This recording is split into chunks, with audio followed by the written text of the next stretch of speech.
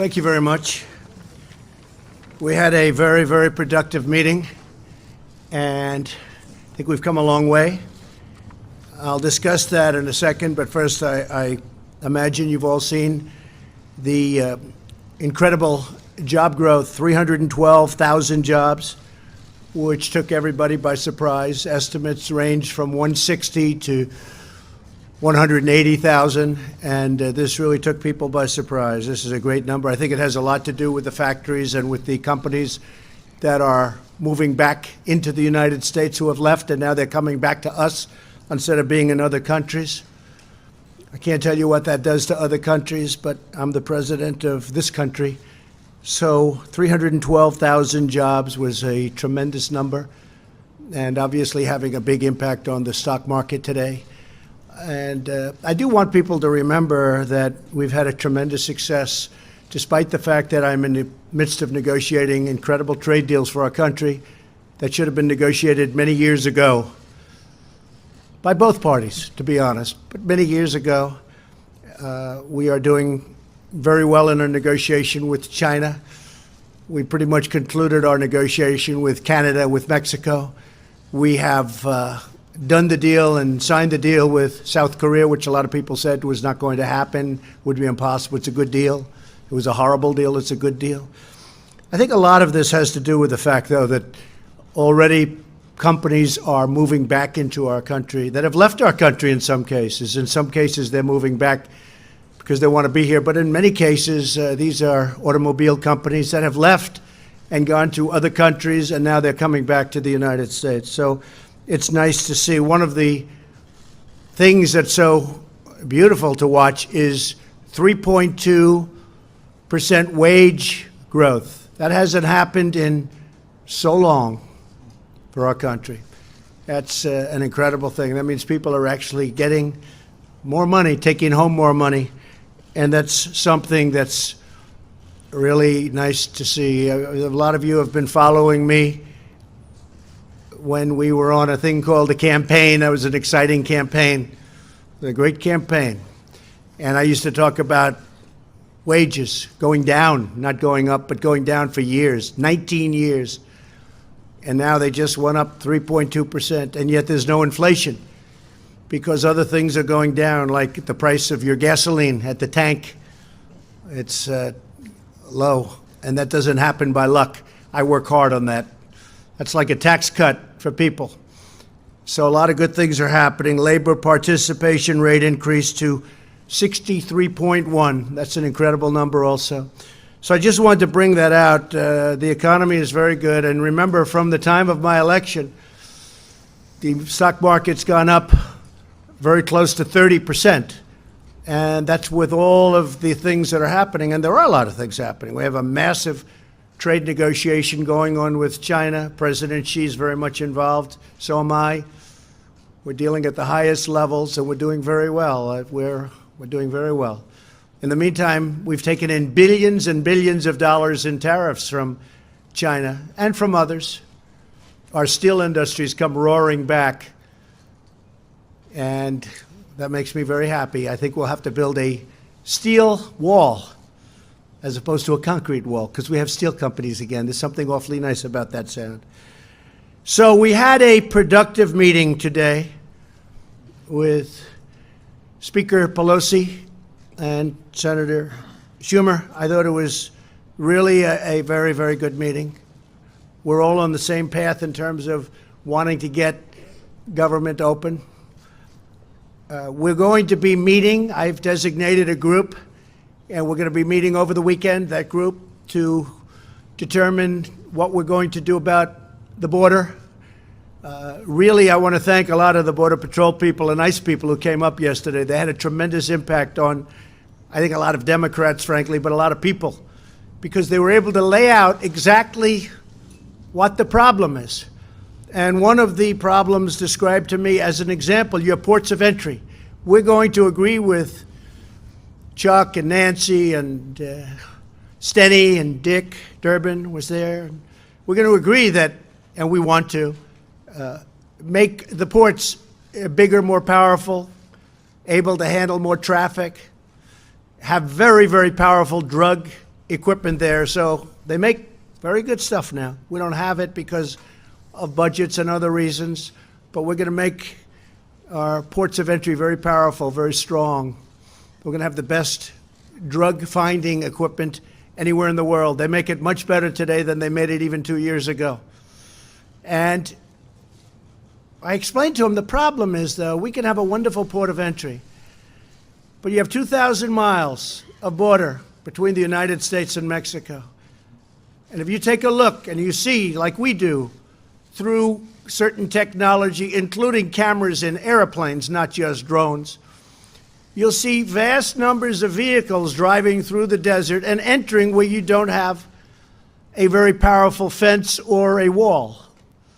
That happened this week, where a wonderful young police officer, I spoke to his wife yesterday, where he was shot, viciously shot, for simply stopping a person that came over the border illegally. Got shot, killed, and took the most beautiful picture just hours before, a Christmas picture. We don't want that happening. But I was explained to, and I explained to people, because it's really common sense. So you have ports of entry, and we have great security at the ports of entry. And then you may have fencing or walls up and down, left and right, east and west, but they stop because we don't have proper border security. These people have vehicles, and they drive to the right. They're not going through where we have great Border Patrol officers and ICE officers and military now. I tell you, the military has done a fantastic job. They don't stop. They go right to the easiest part and the weakest part, sometimes out in desert, but you have miles and miles and miles of unprotected area, and you can see where they drive over. You even have people walking that trek, and that's a very dangerous trek. And they bring children, or even worse, they use children. You know, children are the biggest beneficiaries of what we want to do.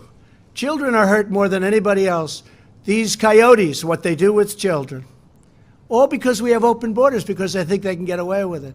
They don't come in through the port where we have a lot of protection. They come in through empty areas, vast spaces, empty areas. Just like this terrible person came in when he shot Officer Singh. They come in through these vast open areas. You don't even have a sign saying Mexico, U.S. There's no sign designating you have just entered the United States, just open space. And I explained that to the meeting today with Nancy Pelosi, Chuck Schumer, and a lot of other people at the meeting. And I said, one of the things that happens there is human traffickers. Maybe that's the worst of all, where you'll have traffickers having 3 and 4 women with tape on their mouths and tied up, sitting in the back of a van or a car, and they'll drive that van or the car not through a port of entry where we have very talented people that look for every little morsel of drugs or even people or whatever they're looking for. You're not going to go there. They get off the road and they drive out into the desert and they come on, they make a left turn. Usually it's a left, not a right. Most of them come out because in San Diego and in areas of California, we just finished brand new walls, beautiful walls, steel walls. And they wanted them badly. They were asking us. That's why we did it there. I said, let's not do it in California. California always complains through their great governors. They're always complaining. I said, let's not do it. Let the governor ask us. But we did it anyway because they really needed it. They were having tremendous problems. So we built a brand new wall in San Diego, and it's working really well. You should go and look at it. It's amazing. It's incredible how well it works. But these coyotes and these human traffickers, they make a right turn before they get to the port of entry. They go as far as the wall is or as far as the barricade is, and then they make a left, welcome to the United States, and what they do with usually the women, sometimes children, that they're trafficking with and in, you don't want to know about. So the only way you're going to stop that is by having a solid steel structure or concrete structure, whether it's a wall or some form of very powerful steel. Now, the steel is actually more expensive than the concrete, but I think we're probably talking about steel because I really feel the other side feels better about it. And I can understand what they're saying. It is more expensive. We mentioned the price that we want $5.6 billion very strongly because numbers are thrown around, 1.6, 2.1, 2.5. This is national security we're talking about. We're not talking about games. We're talking about national security. This should have been done by all of the presidents that preceded me, and they all know it. Some of them have told me that we should have done it. So we're not playing games. We have to do it. And just remember human traffickers. Remember drugs. The drugs are pouring into this country. They don't go through the ports of entry. When they do, they sometimes get caught. When we finish, and the Democrats do want this, they want ports of entry strengthened, and I want to do that too. In fact, we have it down. It's about $400 million, and we can have the best equipment in the world. Now what they'll do, if we have the protection and we have strong ports of entry with this incredible drug-finding equipment, I don't know what they're going to do because they're not coming in through past the steel gates or the steel walls or the concrete walls, depending on what's happening, because we are meeting this weekend. We have a group. I've set up a group.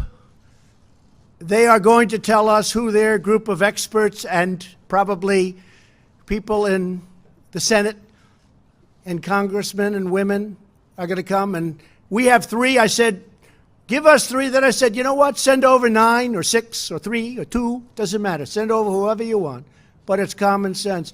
So now when they make that turn, they make it, and now all of a sudden they can't go any further. And they have to go back. And that's going to stop the caravans for 2 reasons. Number one, they're not going to be able to get through. But when they realize they can't get through, what's going to happen? They're not going to form and they're not going to try and come up. And they can apply for asylum, and they can, most importantly, they can apply for citizenship because the companies that I told you that created these great job numbers, they're incredible job numbers, beyond anybody's expectations. I don't think there was one Wall Street genius, of which I know many of them, but they're not geniuses. There's not one that predicted anywhere close to these job numbers. I thought they were going to be good, but there wasn't one that I saw. So now we have everything so beautifully handled. We need to have, however, we need border security. And all of this security, if we do what I think what the Democrats want, all of the border things that we'll be building will be done right here in the good old USA by steel companies that were practically out of business when I came into office as president, and now they're thriving. You call up the heads of U.S. Steel, and I could name 10 companies. You look at what's going on in the steel industry. It's almost a miracle. It was a dead industry. We need steel for defense.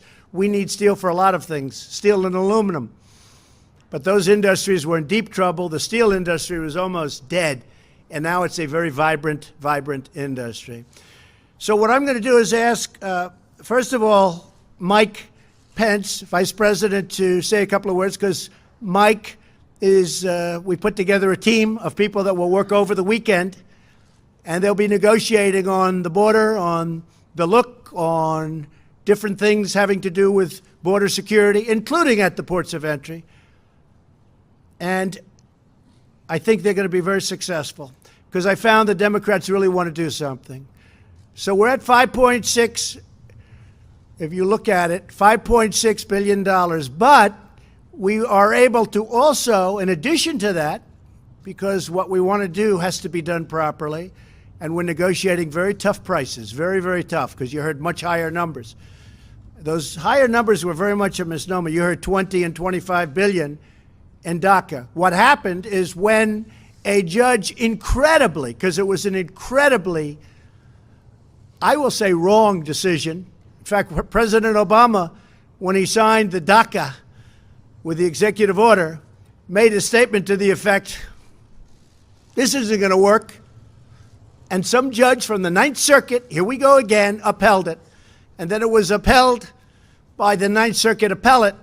And now it's going before the United States Supreme Court. And hopefully that will be properly adjudicated, because if it is, talks will begin on larger immigration matters having to do with DACA, having to do with other things. So that is taking place. We may add a few things onto our discussions over the weekend, but I'm going to ask Mike Pence, and then I'll have Leader McCarthy say a few words, and we'll take a couple of questions.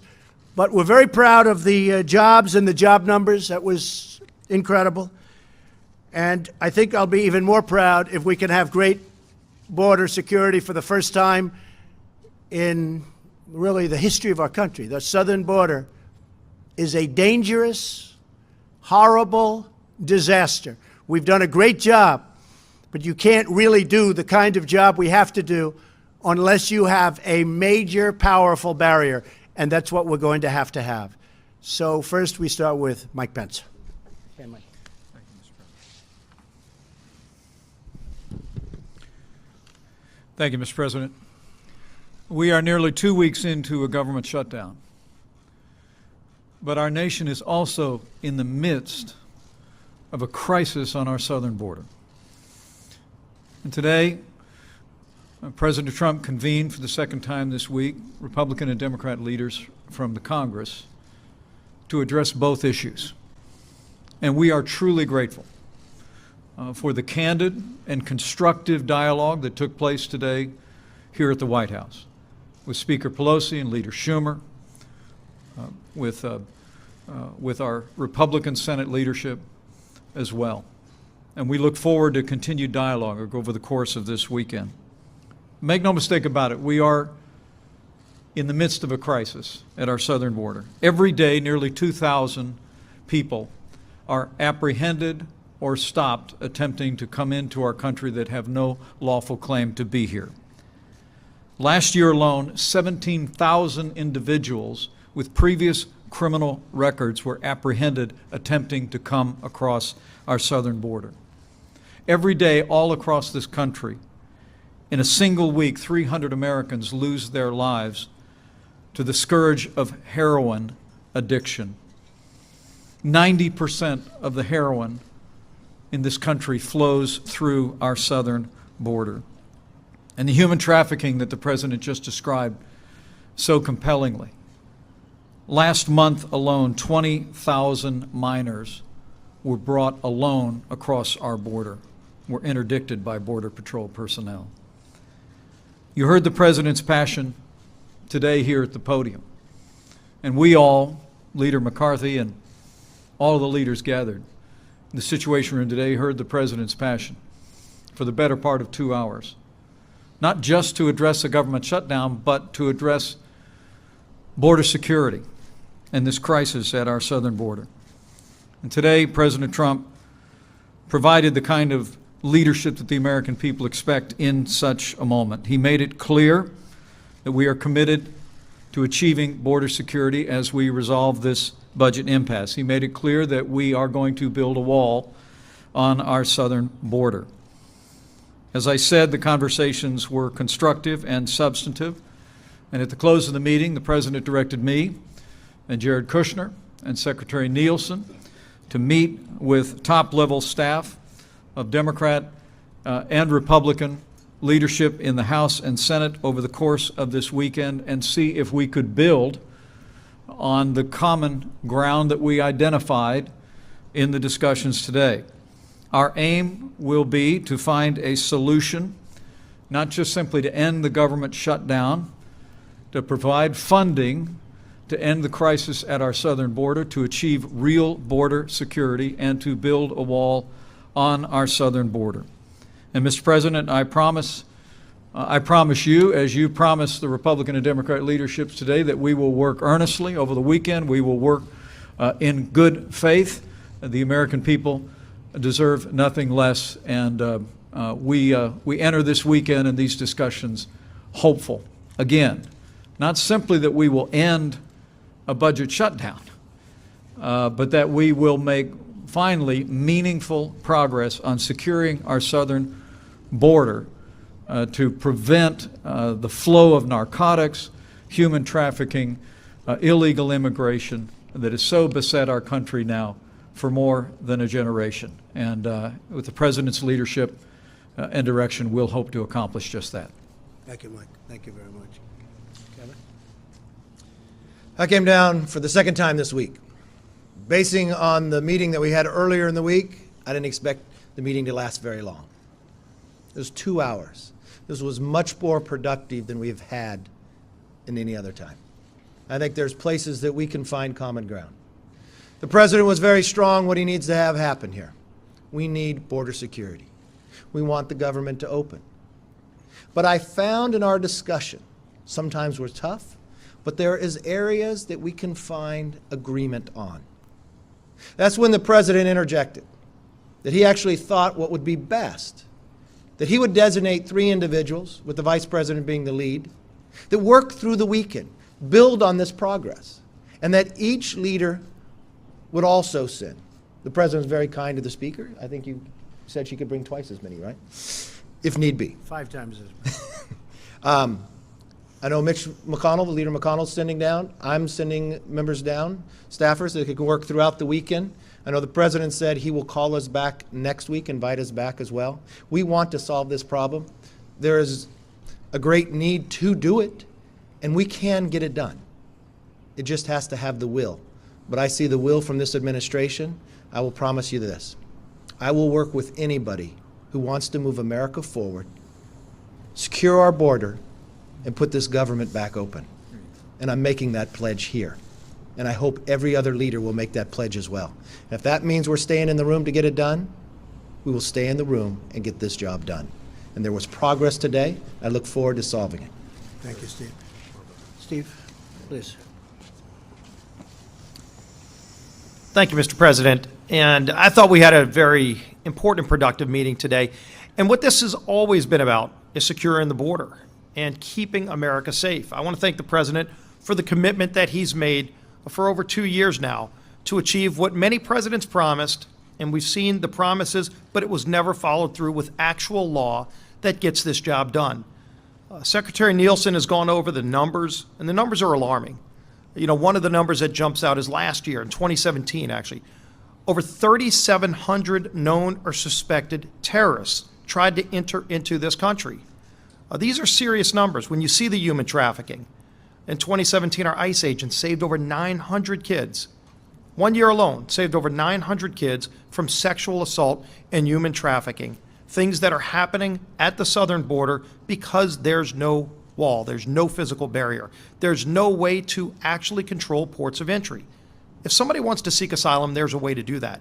There are legal ways to come to this country, and legal immigration has made this country great. We, by the way, America, let in over 1 million people every single year, by far the most generous nation in the world. And yet we have laws that need to be followed to keep Americans safe and to protect the integrity of a system where right now there are millions of people who are waiting in line to come to America to seek the American dream, like Officer Singh did when he sought his chance at the American dream. That dream was taken. It was taken because we don't have a secure border. We can't let this continue.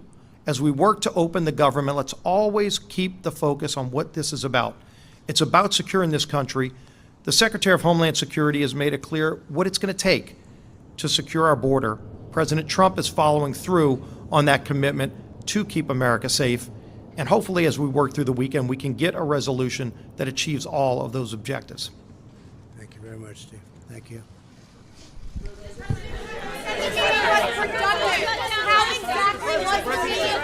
Major, go ahead. Sure. Mr. President, Senator Schumer came out and said that the meeting from his point of view and Speaker Pelosi's was contentious. He also said, you said in the meeting, this is him quoting you, I just want to check, that the shutdown could go on for months or even a year or longer. Did you say that? And I is did. that your I did. Is that your assessment of where we are? That. Absolutely, I said that. I don't think it will, but I am prepared, and I think I can speak for Republicans in the House and Republicans in the Senate. They feel very strongly about having a safe country, having a border that makes sense. Without borders, I've said it many times, we don't have a country. I hope it doesn't go on even beyond a few more days. It really could open very quickly.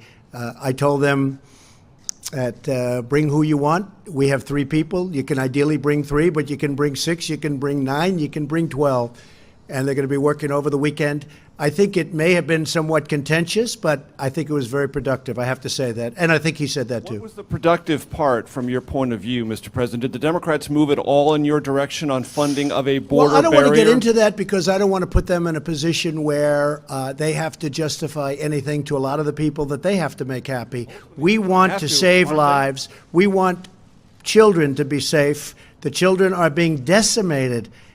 And I'm not talking about necessarily children in our country. I'm talking about wonderful children that are coming up from other places, whether it's Honduras or Guatemala or El Salvador or Mexico or other places. And we have to take care of those children also. We can't let them die on the way up. What's happening to women on those caravans, you're not talking about it, but it's horrible what's happening. If they know it's not going to take place because they can't get through because we have a great border wall or fence or barrier, they're not going to come up and you're not going to have the problem. At the same time, they can apply to come into our country legally like so many people have done. And we need people, Major. We have to have people because we have all these companies coming in. We need great people, but we want them to come in on a merit basis, and they have to come in on a merit basis. They can't come in the way they've been coming in for years. I get calls from the great tech companies, and they're saying, we don't allow people at the top of their class at the best schools in the country, we don't allow them to stay in our country. So they end up going back to China and Japan and so many other countries all over the world, and we don't keep them. They get educated at our finest schools, and then we don't allow them through a various set of circumstances to have any guarantees of staying. So we lose out on great minds. We can't do that. We have companies that if we don't change that, and we're working on that, and we discussed that with the Democrats, and I think they agree. We're working on that. But we don't want to lose our great companies because we have a ridiculous policy that we won't accept smart people. So call it politically correct or not. But we have to let these great, brilliant companies have the smartest people in the world. Yes, ma'am. Hold it one at a time, please. Go ahead. Mr. President, why not reopen the government to create more space to have that broader conversation Well, we about think it could go very immigration quickly. reform? No, we won't be opening until it's solved. We think this is a much bigger problem. The border is a much more dangerous problem. It's a much bigger problem. It's a problem of national security. It's a problem of terrorists. You know, I talk about human traffickers. I talk about drugs. I talk about gangs. But a lot of people don't say we have terrorists coming through the southern border because they find that's probably the easiest place to come through. They drive right in and they make a left. Not going to happen.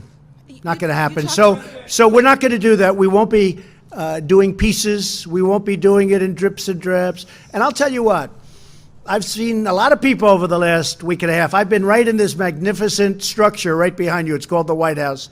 And I was here on Christmas, and I was here. My family was in Florida. I said, go to Florida. And I didn't even find it to be a lonely place. There's something very special about the White House. But I was here Christmas. I was here on New Year's Eve. And I will tell you, the people that I've spoken with, and I've gotten to meet a lot of people that I wouldn't have met. A lot of people have been coming through the White House and explaining different things and different attitudes. A lot of people that you think are upset, and certainly they're not thrilled, but they say, sir, do the right thing. We need border security. And these are people that won't be getting paid. Border Patrol yesterday was saying, sir, we're affected by it. Do what's right. It's time. This is after many, many decades. Many, many decades. This should have taken place a long time ago. We're going to get it done. Yes, ma'am. Thank you. 2 questions for you. Was DACA part of the discussions today? And Yeah. also, why did it take this many days for a working group to come together? Why didn't you just hash the details out today? Well, sometimes that's what happens in a negotiation. It does take longer than it should, and sometimes you agree to things that could have been agreed to 2 weeks ago, but that's just the way a negotiation is. I mean, we set out a number, 5.6 billion. We're very firm on a number. We also explained that, as you probably understand, the military is very affected. We may use the military for parts of it. Homeland Security obviously is very affected. We may, in addition to the 5.6, we will use Homeland Security funds. So we have things happening in addition to the 5.6, but we have to get a structure built. Was DACA part of the discussion? Please, though, go just ahead. to follow up? Go ahead. Was DACA discussed? Thank you, Mr. President. To follow up on that question, with respect to the DACA program, were you discussing that in terms of a pathway to citizenship being included in the end to the partial government shutdown? Well, we discussed it a long time ago, as you remember. That was when they had this mythical number of 25 billion. But actually, it was 25 billion, but only 1 billion up front. Then we talked 2 billion, 1.5 billion. The rest of it, the government couldn't guarantee because it's not set up to guarantee. You remember those discussions. But where it really ended was when the judge ruled against. And it was, I said, as soon as that happened, because that was a shocking decision. It was shocking to the Democrats, and it was more shocking to the Republicans. It was an incorrect decision. It was a political decision made by a judge. And I know a lot of people don't like when I say it, but try going there sometime to the Ninth Circuit and try winning a case. Not easy. Everyone files right in the Ninth Circuit. The fact is, it was a terrible decision and an incorrect decision. When that decision came down, when that judge ruled the way he ruled, I said, as soon as I heard it, I said, you know what's going to happen? We're never going to hear from them again. And that's what broke up the DACA deal. Yes, we had a pathway. We had many things. That was getting close to being a deal. The problem was that the money was a very small amount of money. It wasn't really the 25. It was 25 and then come back every year. Well, we don't want to go through that every year. But we were getting close, and I said, as soon as that decision came down, that incorrect and horrible decision. I mean, there's been a number of them made lately. But as soon as that decision came down, I said, you'll never hear from them again. And I called up. I said, hi, it's President Trump. What's going on? They say, President Trump? We don't know who that is. It was over. The deal was over. That's what killed the DACA deal. It was nothing else. It was the judge's decision.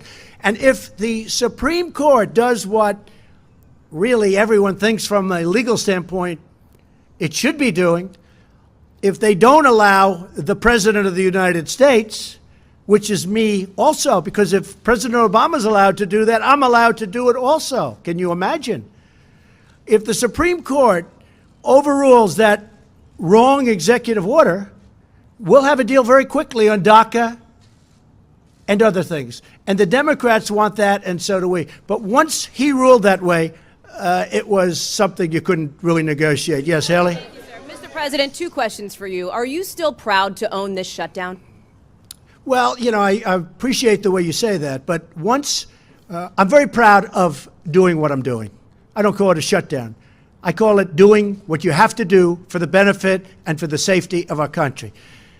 But when Nancy Pelosi said, you don't have the votes in Congress, I will tell you what I was proud of. I was never more proud of my Republican Party and those congressmen and women when they saw that and they got together and they voted 217 to 185, and it wasn't even close. That was an incredible day. I'm very proud of that when she said you couldn't get the vote. And I'm not holding that against her, because despite the fact that I'm not saying it was an easy meeting or even a kind meeting or a nice meeting, but in the end, I think we've come a long way. And we're going to be working very hard over the weekend, and we'll see if we can do something. So you can call it whatever you want. You can call it the Schumer or the Pelosi or the Trump shutdown. Doesn't make any difference to me. Just words. Mr. President, my second question, sir, on federal workers, sir. Mr. President, Go my ahead. second question on federal workers, sir. Yeah, just 1 second. Just 1 second, please. Please. Go ahead. It may be the same question. Thank you, Mr. President. 2 questions just to follow up on DACA. Yeah. Are you open to a path to citizenship in theory for DACA recipients? And then can you explain to federal employees of the agencies that are closed, which are not Homeland Security, why those agencies should stay closed. Homeland Security is significant in of itself if it stay closed. Because we want to do what's right, and we want to do it all at one time. We don't want to take it in pieces. We just don't want to do that. And DACA is going to be a great subject. I look forward to discussing it. We'll discuss it at another time. But there are a lot of great things that can happen with DACA if the Democrats want to do that.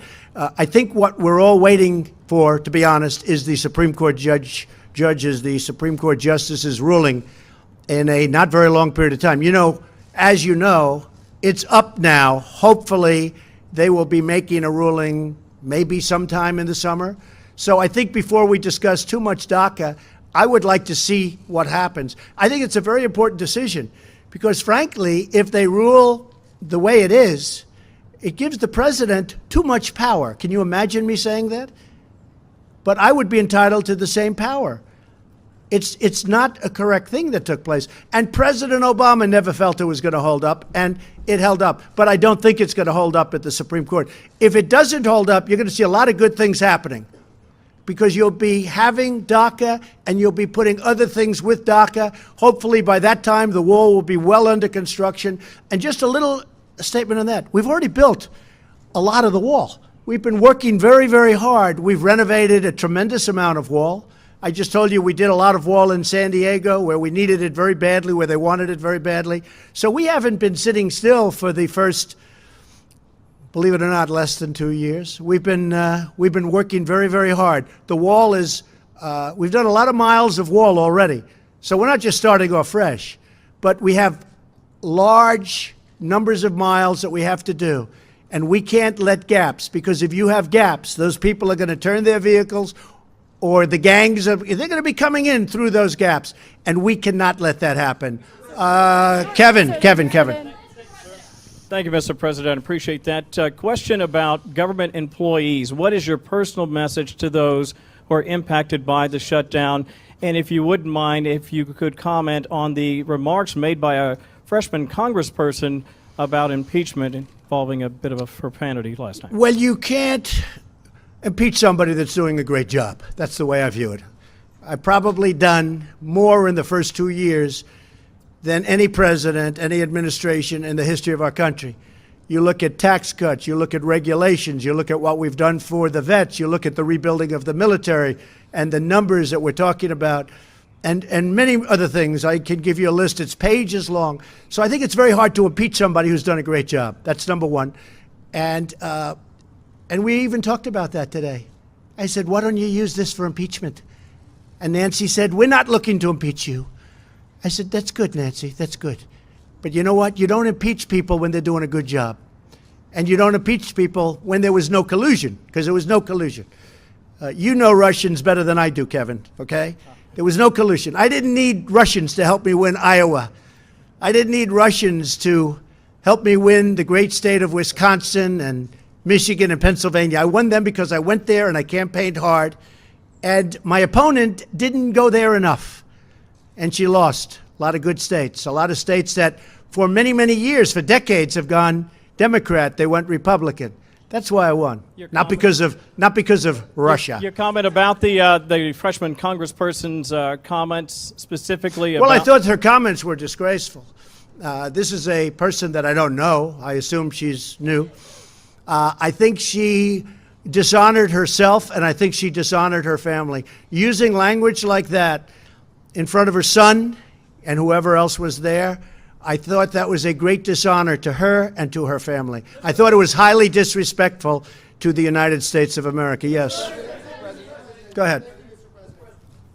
Thank you, Mr. President. Earlier this week, you repeated your claim that through the USMCA, Mexico will be paying for the wall. Can you describe in detail the specific mechanisms in the trade deal that will Well, you're going to be Mexico seeing it pay very for the soon. wall? We made a new deal, a new trade deal. NAFTA has been one of the great disasters of all time, probably the worst trade deal ever made, maybe. We lost millions of jobs, thousands and thousands of companies. NAFTA left our country dry. NAFTA was a disaster. I campaigned on either terminating or renegotiating NAFTA. And Bob Lighthizer and Jared Kushner and a whole group of people did an incredible job. They did an incredible job. And now we have a deal that's great for our country. And by the way, good for Mexico, good for Canada also. As you know, it's the three countries. We will be taking in billions and billions of dollars more money for the United States, including jobs, including companies that won't be leaving us anymore and going to Mexico and in some cases Canada to a lesser extent. But we lost 25% of our car business because of NAFTA. NAFTA was a disaster. Now we have the USMCA. It's the United States, Mexico, and Canada trade agreement. It's brand new. It's totally different. It makes it very difficult for companies to, incentive-wise, move to other countries. And we will be making billions and billions of dollars a year more money. So why not and use that that is for the wall, paying, though? excuse me, because I didn't have to. That is paying for the wall. Many, many times over. In fact, what we save on the USMCA, the new trade deal we have with Mexico and Canada, what we save on that just with Mexico will pay for the wall many times over just in a period of a year, 2 years, and 3 years. So I view that as absolutely Mexico is paying for the wall, and that's fine. Will you be pressuring Putin? Yes, ma'am. Go. You ran your campaign promising supporters that Mexico is going to pay for the here wall we and that go the again. wall was going to be made of concrete. You just said earlier that the wall could be made of steel, and right now our government is shut down over a demand from your administration that the American taxpayer pay for the wall. So how can you say you're not failing on that promise to your supporters? Very nice question, so beautifully asked, even though I just answered it. You didn't Look, answer. let me The just tell you, USMCA excuse me, has not even excuse passed me, Congress excuse me, yet, are you sir. ready? Are you ready? I just told you that we just made a trade deal, and we will take in billions and billions of dollars, far more than the cost of the wall. The wall is peanuts compared to what the value of this trade deal is to the United States. As far as concrete, I said I was going to build a wall. I never said, I'm going to build a concrete. I said I'm going to build a wall. You said Just so concrete. you don't, because I know you're not into the construction business, you don't understand something. We now have a great steel business that's rebuilt in the United States. Steel is stronger than concrete. If I build this wall or fence or anything the Democrats need to call it, because I'm not into names, I'm into production. I'm into something that works. If I build a steel wall rather than a concrete wall, it will actually be stronger than a concrete. Steel is stronger than concrete, okay? In case you could check it out. Listen, if I build a wall and the wall is made out of steel instead of concrete, I think people will like that. And here's the other good thing. I'll have it done by the United States Steel Corporation, by companies in our country that are now powerful, great companies again. And they become powerful over the last 2 years because of me and because of our trade policies. So if I have a steel wall, or you could call it a steel fence, but it'll be more powerful than any of the concrete walls that we're talking about. It's possible that it will look better. And one of the things, I think you have seen this, that's very important for us, very, very important, in speaking to Border Patrol, ICE, and actually local law enforcement, and even military, they want to be able to see through it. You can't really see through a concrete wall. They want to be able to see who's on the other side of the wall. Because if they're here and you have about a 12-inch concrete wall and you have people on the other side, but you can't see what's over there, it's very dangerous. They want to be able to see through the wall. A see-through wall made out of steel is far stronger than a concrete wall. So I'm very happy with it. I think, I'm not sure, but I think that's what the Democrats prefer. And if it can get them there, I'm okay. It actually will be a more powerful wall, and it will be a more beautiful wall than having a concrete wall. So if the new trade deal, Mr. President, Jeff, Mr. Jeff, go President, ahead. if the new trade deal is going to pay Mr. President, Go ahead. you Go ahead, Jeff.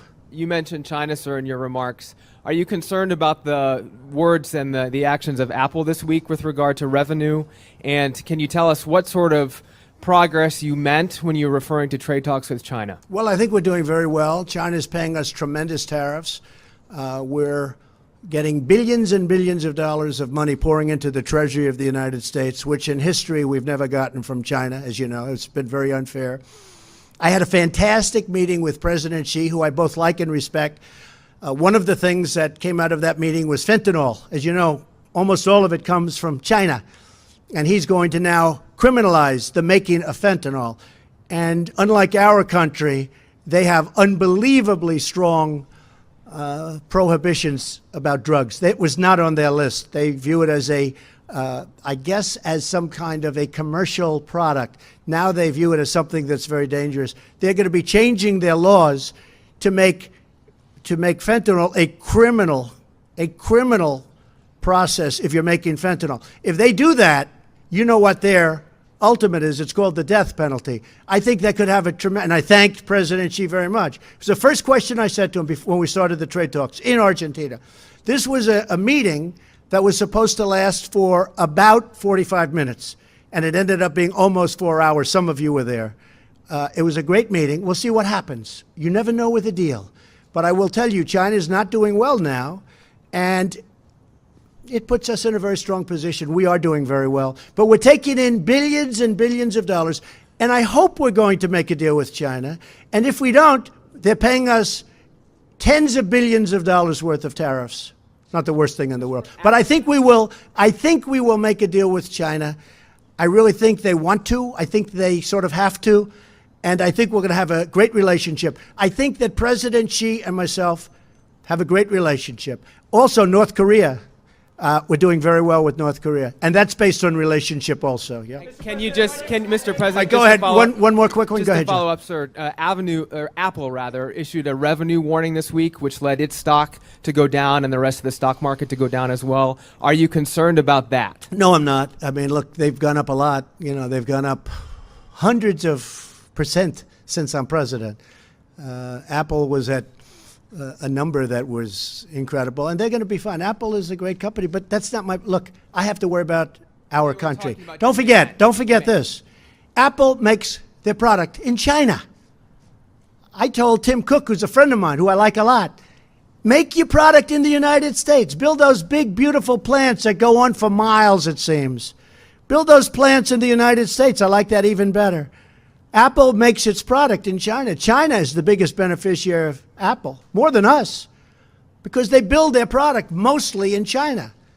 But now he's investing $350 billion because of what we did with taxes and the incentives that we created in the United States. He's going to build a campus and lots of other places. So my focus is the United States. I want to get those companies to come back, like so many are doing, into the United States. I want Apple to make their iPhones and all of the great things that they make in the United States, and that'll take place.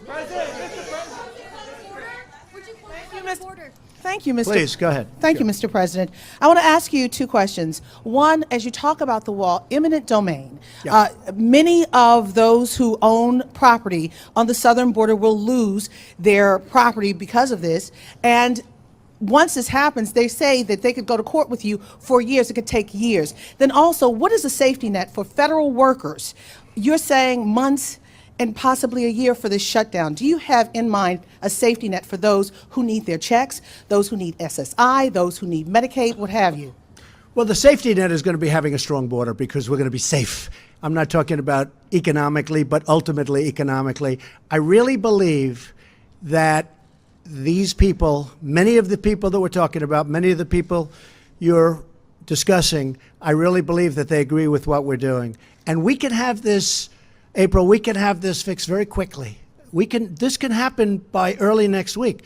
We're going to be working over the weekend. We can have a solution to this, but I wanted to keep it all at one point. And I think a lot of the people that you're referring to, April, are really wanting that to happen too. I really believe a lot of them want to see border security, and they're willing to give it up. When I had the people in yesterday, and they represent most of the Border Patrol. The people that you had yesterday that were at the news conference, they represent most of Border Patrol. Every one of them said, don't even think about us. Get this fixed. That is doing the great thing for our country. As far as eminent domain, you're right, 100%. Eminent domain is very interesting. But without eminent domain, you wouldn't have any highways, you wouldn't have any schools, you wouldn't have any roadways. What we're doing with eminent domain is, in many cases, we'll make a deal up front, and we've already done that. The Secretary has done a lot of that. And if we can't make a deal, we take the land and we pay them through a court process, which goes actually fairly quickly. And we're generous. but we take the land. Otherwise, you could never build anything. If you didn't use eminent domain, you wouldn't have one highway in this country. You have to use eminent domain. It's actually something you don't want to use it, but if you're going to do a stretch, as an example, on pipelines and other things that go, you have to use eminent domain, otherwise you'd never be able to buy the land. If we had one person that wouldn't sell us out of hundreds, just one, it only takes one, that we wouldn't be able to build proper border security because we'd have that big opening that I was talking about. So what happens is some are paid up front. You make a deal up front, and we're willing to do that in all cases. And when they're unwilling to make a deal, which also happens, then you go to court. But in the meantime, we're able to build the border security. So I think it's a fair process. I think it's a process that's very necessary, but I think it's fair. But couldn't that hold up your wall? No, it's not going to hold it up because under the military version of eminent domain and under actually Homeland Security, we can do it before we even start. Now, a lot of times we'll make a deal. And I would say a good percentage of the time we're making deals. We have already purchased a lot of it. You know, a lot of the money that we've been given has already been spent on purchasing the land, the right-of-way. It's essentially a right-of-way. So we are very, very far along on that. But eminent domain is something that has to be used, usually you would say for anything that's long, like a road, like a pipeline, or like a wall or a fence. Okay, thank you. Good question. It's a good question. Please go ahead. Thank you. So 2 questions. First, Mr. President, have you considered using emergency powers? Should we keep this going or not, folks? Sure. I just don't want to say, oh, he stood out there. You know, you have so many questions. I'm just looking at Mike and Steve and Kevin. I'm saying, should we? And most importantly, Madam Secretary. None of us brought coats. I'm just, are you cold? No. Get out of here. Here, take mine. You want mine? No, I'm just saying, should we keep this going a little bit longer? Yes, indeed. Go ahead. So, first, let me know when you get tired. I'm not. Have you considered using emergency powers to grant yourself authorities to build this wall without congressional approval? And second, Yes, on I have. Mexico, you have. Yes, I have. And I can do it if I want. So you don't need congressional approval to build the wall? No, we can use them, absolutely. We can call a national emergency because of the security of our country, absolutely. No, we can do it. I haven't done it. I may do it. But we can call a national emergency and build it very quickly. And it's another way of doing it. But if we can do it through a negotiated process, we're giving that a shot. So is that a threat hanging over the Democrats? I never threaten anybody. But I am allowed to do that, yes. Second question. Called a national emergency. On Mexico, the benefits from that trade deal are going to go to private companies, private citizens. So you're talking about tax revenues. They're going to pay tremendous tax. So it's American taxpayers. I'll give you an example. When a company was going to leave for Mexico, or Canada, but for Mexico, because we lost tremendous amounts of our car business, like 25%, to Mexico. If they stay, all of those taxes that they have been paying, real estate taxes, sales taxes, employer taxes, tremendous taxes that nobody even understands they pay. They're tremendous. Income taxes, federal income taxes, state income taxes in some cases. All of those taxes stay with us. The wall is, it's great, but the USMCA, which gives a disincentive for companies to leave, it's a tremendous disincentive. Anybody that leaves after this deal is done, look, it's one of the primary reasons that I like it, because I can live pre-NAFTA too. The only thing I can't live with is NAFTA. I can live pre-NAFTA, before NAFTA, before everybody left New England and left all of the different places, Ohio, Pennsylvania. I mean, you still have empty steel factories all over the place and other factories. I can live pre-NAFTA very easily. But the only thing I'm not living with is NAFTA. That was one of the worst trade deals ever made. So those are American taxpayer dollars, which you consider essentially Mexico paying for the wall? Well, many, many times over. Look, the USMCA will make, in the form that we right now are losing, approximately 100, hard to believe, and this doesn't include the drugs pouring in, which is probably a much higher number than anybody would even know, in addition to destroying lives and families so horribly. We are losing close to $100 billion a year on trade with Mexico for many years. Not only that, they have a tax of 17%. We don't have a tax. So they have a value-added tax of 17%. We don't have a tax of 17%. That deal was bad the day it was made because they charged a tax before the deal was made and we didn't. It was an obsolete deal when it was made like 30 years ago, whatever it was. No, all of this stuff is changing now. This is a fair deal. This is a good deal for Mexico. Frankly, oil companies and other companies have an incentive now to go to Mexico and take oil out. And that's why we're keeping gasoline prices so low. You look at what's going on with gasoline prices. I mean, it's rather incredible.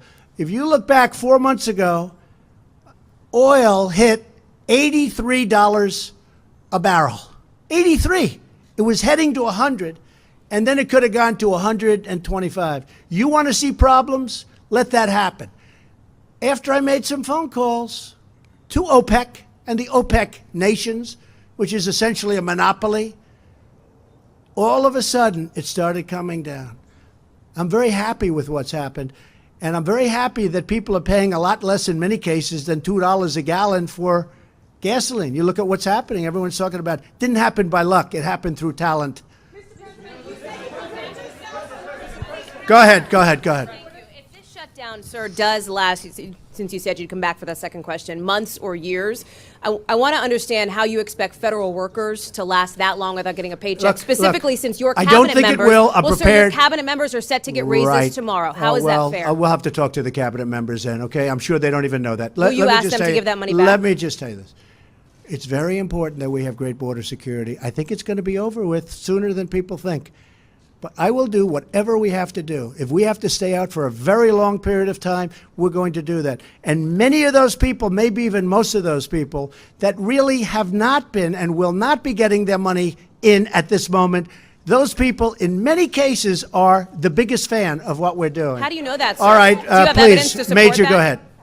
Follow up on that, Mr. President. The $10,000 raise that your cabinet members and senior administration officials are due to receive starting tomorrow, will you ask them not to accept that, at least during the shutdown itself? Well, I might consider that. You know, that's something I may consider. That's a very good question. Okay, who else is out there? Mike, who do you see out there that's always been very fair to us? Is there a commitment? Are you committing to that, Mr. President? Mr. President, are you committing to that? Go ahead. Yeah, good. Go ahead. Go ahead. Thank you. No, that's right. Right? All right. Thank you, Mr. Vice President. Mike likes you. Yeah. Thank you, sir. Mike highly recommended you. Watch, this will be the killer of them all. Go ahead. Well, two questions, if that's all right. First one is kind of a follow-up for that. You were a landlord. For people that are worried about paying their rent checks, government employees right now, people that are worried about bill collectors, would you ask those companies, the landlords, to kind of go easy on? I think they will. I think they will. I'm sorry. Would No, you ask? I think that happens. You know, hey, I've been a landlord for a long time. I've been in the real estate business for a long time. When you see there are problems out there, difficulties out there, you know, the people are all good for the money. They work with people. They work with people. So you would encourage landlords? Sure. I would encourage them to be nice and easy. We have a bigger subject that we're doing. It's called the security of our nation, including terrorism, please. Okay. If you don't mind, one more question, sir. But if you don't Go mind, ahead, please. Go ahead. Okay, thank you, sir. Oh. Go ahead. No, come on. Okay, sir. Excuse me. Thank you, Mr. President. Thank you. I had a question about the terrorism. I wanted to ask, who are these individuals who are being captured terrorists? Are they people on the watch list? Are they from travel banned countries? A second question I wanted to ask, why is Senator Mitch McConnell not here? Why was he not invited? Oh, he's to been this? great. He's been really fantastic. Mitch McConnell, first of all, he was here. He was with us for hours at the meeting. Why is he not here in the Because Rose he's Garden running right now? the Senate. I mean, Mitch McConnell has been fantastic. He has been really great. He's right at the top of everything that we're doing, and he's really been fantastic. Kirsten, do you want to answer that question about the terrorists? Sure. So obviously I can't get into classified information, but what we do know is we've stopped, CBP has stopped over 3,000 what we call special interest aliens trying to come into the country on the southern border. Those are aliens who the intel community has identified are of concern. They either have travel patterns that are identified as terrorist travel patterns, or they have known or suspected ties to terrorism. So we have 3,000 that we know about. I think what the president continues to make clear is it's our sovereign duty to know who comes into our country. Without any kind of a structure and without changing the laws, we have no way to know the identity of every person that walks across the unsecured border. So the ones we know about, we can give you 3,000, but I'm sure we'll look to see what else we can give you on class. Obviously, there's ongoing investigations that I can't get into. Mr. President. So I think that we can say with surety, I think it was a great meeting. We'll see what happens. It may get solved. It may not get solved. You now know the number. You now know what we're willing to do. And if we have to do it, we'll do it. And again, we're going to be, I believe, very productive over the weekend. We have a very talented group. They have a very talented group of people, so I understand. And I think some tremendous things will happen. And I really believe the biggest beneficiaries of what we're doing are children, are women, are workers. And a lot of these people that really do benefit are not only the people in our country, but the people that travel up trying to get into a country that they think they're going to get into and they can't. And they get sick, and there's tremendous damage done to them and their families.